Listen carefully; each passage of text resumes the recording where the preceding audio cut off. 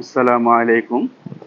আজকে আমরা সহজ নিয়মে স্কুল ড্রেসের একটা পায়জামা কাটিং করব এবং সেলাই করব, প্যান্ট কাটিং পায়জামা। তো আপনারা যারা আমাদের চ্যানেলটি দেখতেছেন অবশ্যই পুরো ভিডিওটি দেখবেন। তো আমি পায়জামাটির জন্য ১ গজ ১০ গিরা কাপড় নিয়েছি, ২.৫ হাত বহরের। তো ১ গজ ১০ গিরা কাপড় দিয়ে কিভাবে আমরা ৩৭ ইঞ্চি প্যান্ট কাটিং সালোয়ার কাটিং করব, পুরো ভিডিওটি কাটিং ও সেলাই দেখবেন। তাই আমি প্রথমে খোলা অংশ আমার দিকে নিয়েছি, নিয়ে আমরা উপর থেকে সেলাইয়ের জন্য রাবার করার জন্য ২ ইঞ্চি কাপড় নিতে হবে। এখানে আমরা রাবার জয়েন দিব।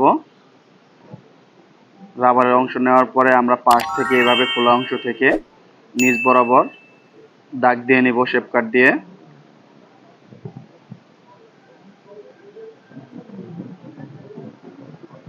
তারপরে আমরা সেলাইয়ের অংশ বাদ দিয়ে আমরা লম্বার জন্য ৩৭ ইঞ্চিতে একটা দাগ দিয়ে নিলাম। ৩৭ ইঞ্চির নিচে আমরা এভাবে শেপ কাট দিয়ে দাগ দিয়ে নিব এবং বর্ডারের জন্য আমরা ২.৫ ইঞ্চি কাপড় বাড়তি নিব। এটা আমাদের মোটা বর্ডার হবে এর জন্য। তো আপনারা যারা নতুন তারা অবশ্যই ভিডিওটি না টেনে দেখবেন, তাহলে সহজে শিখতে পারবেন। আমরা হাইয়ের জন্য ১৪.৫ ইঞ্চিতে একটা নিচে দাগ দিব। এটা আমাদের হাইয়ের মাপ। এখন আমরা লুজ নিব ১৩.৫ ইঞ্চি। সেলাইয়ের অংশ বাদ দিয়ে আমরা ১৩.৫ ইঞ্চি লুজ নিলাম প্যান্ট কাটিং পায়জামার জন্য। তো আমরা এবার উপর থেকে এভাবে শেপ কাট দিয়ে দাগটা মিলিয়ে নিব। তারপরে এটা আমরা হাইয়ের চিহ্নটা করে নিলাম, শেপ দিয়ে নিব। আমাদের নিচে পায়ের মোহরি হচ্ছে ১১.৫ ইঞ্চি, সেলাইয়ের জন্য ০.৫ ইঞ্চি এবং সাইড সেলাইয়ের জন্য ০.৫ ইঞ্চি। তো টোটাল আমরা ১ ইঞ্চি কাপড় বাড়তি নিয়ে এভাবে শেপ কাট দিয়ে নিচের দিকে মিলিয়ে নিব দাগ।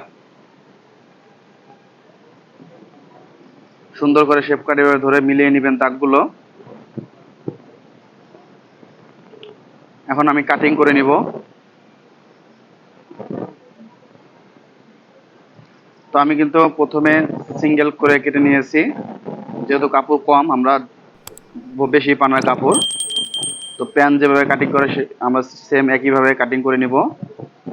তো আমরা বাকি অংশ কাপড় থেকে আমরা এই পার্টটাকেও বের করে নিব।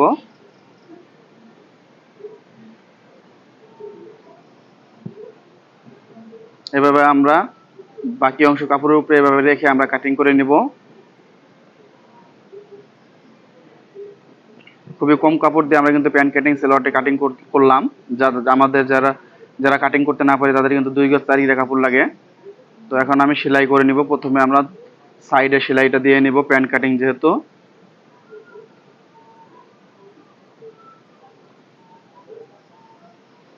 এভাবে আমরা ০.৫ ইঞ্চি অ্যালাউন্স রেখে আমরা সাইডে সেলাই দিয়ে নিব।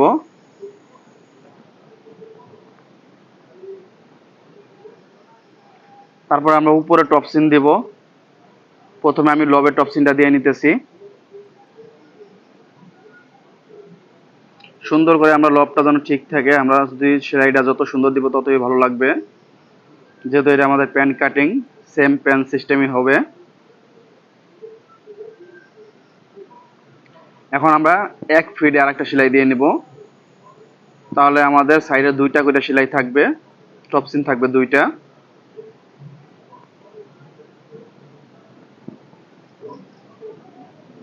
আমি টপসিনটা দিয়ে নিয়েছি। এখন আমরা চকের মার্ক রেখে আমরা বাকি অংশগুলো মোটা করে চড়া করে সেলাই দিয়ে নিব। ২ ইঞ্চির মতো পাশ হবে। তো আপনারা চাইলে চিকন মোটা করতে পারবেন। আমি ২ ইঞ্চি পাশ করে সেলাইটা দিয়ে নিলাম। তো আমাদের প্যান্ট কাটিং এ কিন্তু এক সাইডে সেলাই কাজ শেষ। এখন আমি সেম আগের মতোই সাইড সেলাই দিয়ে নিতেছি।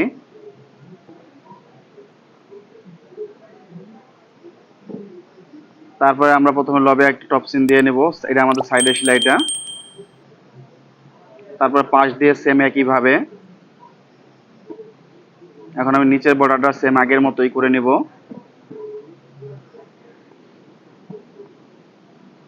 আমার সাইডের সেলাইটা দেওয়া শেষ। এখন আমরা হাই জয়েন দেব। টপ সাইড উপরে রেখে এভাবে ধরে দুই পাট একসাথে করে আমরা সাইডটা সেলাই দিয়ে নেব 1/2 ইঞ্চি অ্যালাউন্স রেখে।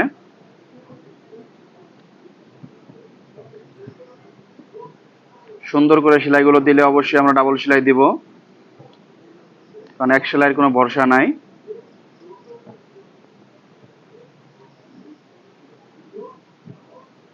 এইভাবে আপনারা সমান করে ধরে দুই সাইড সেলাই দিয়ে নেবেন।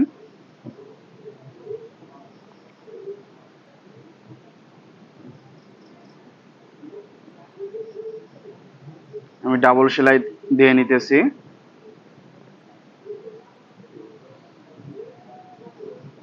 এখন আমরা যেহেতু রাবার জয়েন দেবো, এর জন্য পাকা করে নিতে হয়, তাই আমি 1 ফিটে একটা সেলাই দিয়ে নিতেছি, কাঁচা অংশ থেকে পাকা করে নিতেছি।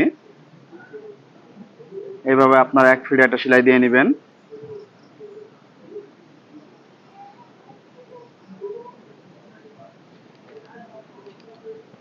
এখন আমি নিচে সেলাই দিব 11.5 ইঞ্চি। 11.5 ইঞ্চি রেখে আমি সেলাইটা দিয়ে নিব। অবশ্যই আমাদের নিচের পাট এবং উপর পাট সমান রাখতে হবে, কোনো টানাটানি করা যাবে না।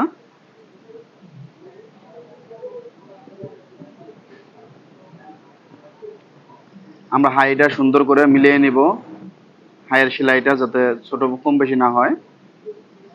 তো এখন আমি নিচের দিকে লক্ষ্য রাখতে হবে নিচের কোনো পার্ট ছোট বড় আছে কিনা। তো সমান করে ধরে সেলাইটা দিয়ে নিতে হবে।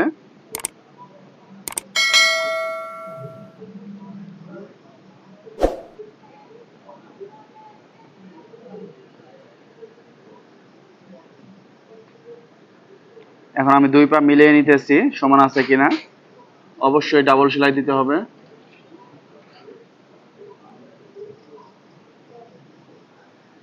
আমি ডাবল সেলাই দিয়ে নিলাম। যেহেতু স্কুল ড্রেসের পায়জামা, আমি রাবার নিতেছি 20 ইঞ্চি। মেয়ের কোমর হচ্ছে 25, তো 25 ইঞ্চি কোমরের জন্য আমরা 20 ইঞ্চি রাবার নিতে পারি। তো রাবারটা আমি সুন্দর করে সেলাই দিয়ে নিয়েছি। এখন আমরা রাবার জয়েন দিব, ভালো করে দেখেন। তো আমরা রাবারের উপরে কিন্তু সেলাই দিব না, প্রথমে আমরা রাবারের বাইর সাইড দিয়ে সেলাই দিয়ে নিব। আপনারা সুন্দর করে এভাবে রাবারটা জয়েন দিয়ে নেবেন, আমাদের রাবার যেন ভিতরে কোনো বল্টে না থাকে।